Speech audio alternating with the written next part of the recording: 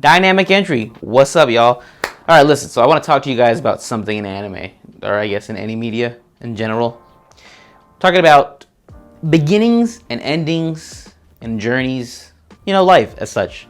So today, I've just been thinking about it, like, throughout the whole week. I'm like, there's a lot of shows that I really liked, but then the way they ended kind of like, was like, oh, that kind of sucks. Like, it ruined it for me.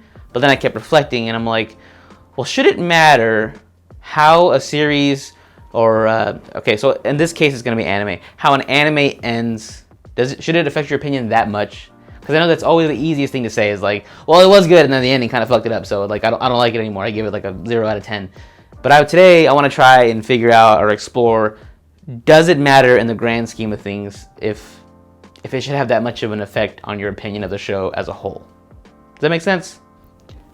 Here we go. So, first thing I want to talk about that really prompted my whole thing of this is the, Anime of the Year came out, the nominations, blah, blah, blah. I was looking through them. I've only seen a few of them, haven't seen all of them. 86 is on my watch list, I gotta watch that. Anyway, Wonder Egg Priority came up, and I'm like, damn, I really enjoyed Wonder Egg Priority. It was fucking great. It said so many things about, like, emotions, and words, and grab words here. It was deep, okay? If you've seen it, I don't want to say too much without spoiling it. But basically, it's a series that deals with a lot of mental health issues and depression and stuff like that. And it shows it in a new way that kind of makes you think like, oh, that's cool that they portrayed it in such a way that it seemed like, oh, I'm really fighting my demons and, overcoming these things with it, right? So the whole show went on. It was great until they took a break. They did 12 episodes, I believe. And they were like, okay, we're going to come back in like a month and a half, and we're going to give you guys the last episode to wrap up the season. And everyone was hyped because the whole season's been fantastic. And then episode 13 comes out, and we watch it, and we're like, what the fuck was that? And everyone was disappointed. You go on Twitter, everyone's like, wow, they really did not fucking nail this landing at all. This is terrible. Season 2 better, like, fix all this stuff that they did. And I'm like, okay, wait, hold on. That's a really hot take to have just because it didn't have a good ending. Like, I get it. And me, I guess my standards are a lot lower when it comes to endings. I don't mind if a show, most of the time I don't mind if a show rushes to the ending, because if that's how the show's going to end, it's going to end that way no matter what. It's not going to matter the pacing of it. Sure, you want to see like, oh, well, there's this side quest they did here, and this gives backstory to this person here. Yes, I get that makes the story itself richer. But if it's going to end that way no matter what, I don't think it should matter. But the point is, this got me thinking, damn, do I hate this anime now because the way it ended? Did it fuck everything up for me? And I think no.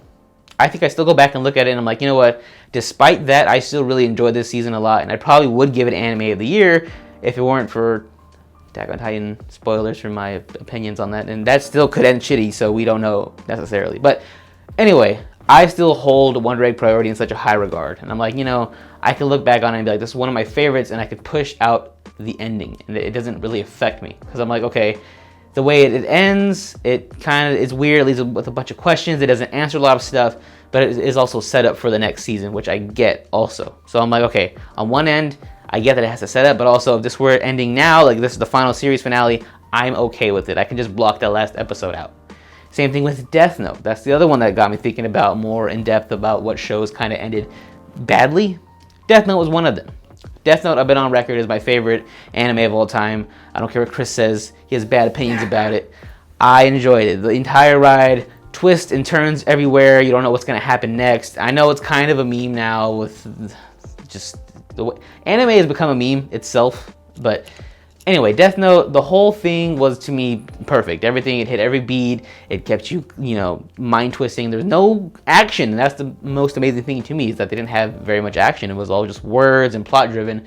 And then the ending happens, and we all know what happens to Light and how he fucks everything up. He fumbles the bag, and I'm like, damn, that kind of sucked. And also, fuck N, because he's comes out of nowhere and wins the day. That's stupid. So again, that's another ending that kind of fucked it up, and I'm like, oh, this show was perfect, but then the ending kind of ruins it, and then it leaves a sour taste in the rest of everyone else's mouth, and they're like, well, Death Note would have been top 10, but, the ending kind of messed it up, so now it's like bottom 50, and you're like, what, how? It's just one episode. And again, going back, if it's going to end this way no matter what, does it matter how it gets there? And the final one, I guess, that kind of inspired this is, I know it's still ongoing. Well, I don't really know. But anyway, Promised Neverland Season 2. First season, fantastic. Again, drama, suspense, thriller, characters that you love. Everything you want to see and hear in an anime, it had that. Season 2 comes around. First couple episodes, kind of weird. People on Twitter, well, this is not really following the manga because this happens in the manga. That's fine. Animes don't always follow beat for the manga. It's okay. I get it.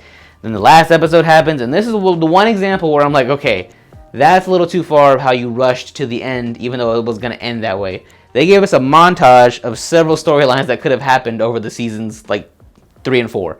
And they just rushed it in like a 20-second montage. And I'm like, okay, that kind of messed it up. And I get that. This is where I'm like, maybe the ending does kind of matter in how you do it. And you should kind of stick it every time you do it.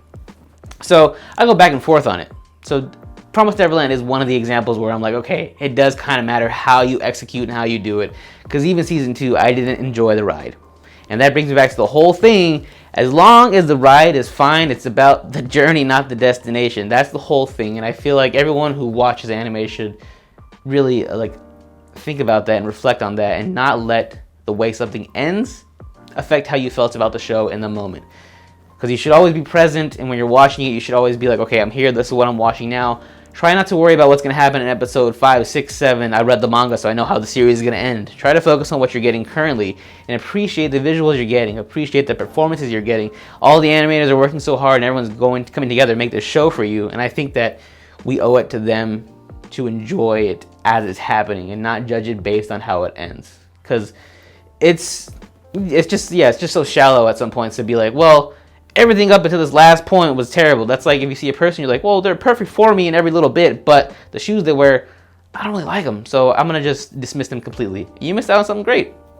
You could have had a good time with them. You don't have to marry them. They don't have to be the one for you, but you could have had a really good time with that person and would have been important to you in that part of your life. Just like these animes I'm talking about were important to me in my life, and I can look back on them and still look past the endings and just be like, you know what? I had a good time watching them, seeing them week to week. And when I got to the end, I was like, oh, that kind of sucked. But looking back at it, I'm like, you know what? I had a good time.